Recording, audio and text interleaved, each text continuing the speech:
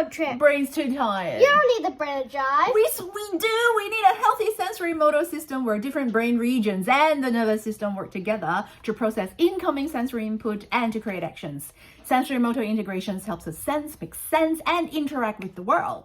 For example, through the visual cortex at the occipital lobe, I see many cars. My perception is traffic jam. Through the auditory cortex at the temporal lobe, I hear the sirens. I perceive there's an accident.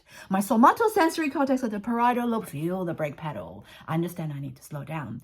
Whereas the posterior parietal cortex integrates sensory input to gauge our spatial position relative to other cars, maintaining a safe distance within our lane, and inform the motor cortex for actions. Sensory input also works together with information from the thalamus, limbic system, and basal ganglia to make sense of the road situation, plan and modify our driving based on emotions and motivations. For example, you get car sick. My basal ganglia helps me drive smoothly.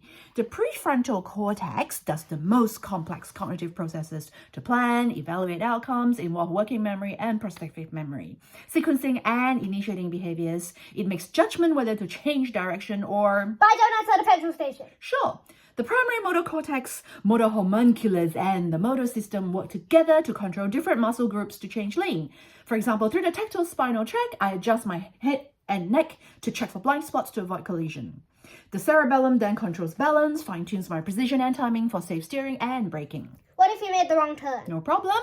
My supplementary motor cortex fires rapid sequence of movements. It's activated when I simply imagine my next move to prevent further mistakes. The premotor cortex then plan our recovery. Motor neurons are the final links to create driving actions. How? Messages are sent from the cortex to the medulla, to the spinal cord, then to the muscles through multiple descending pathways. Our motor system even have parallel pathways, ventromedial and lateral. In case one's broken, the other may compensate. Driving uses a lot of brain. Yep, so don't drive when you're tired.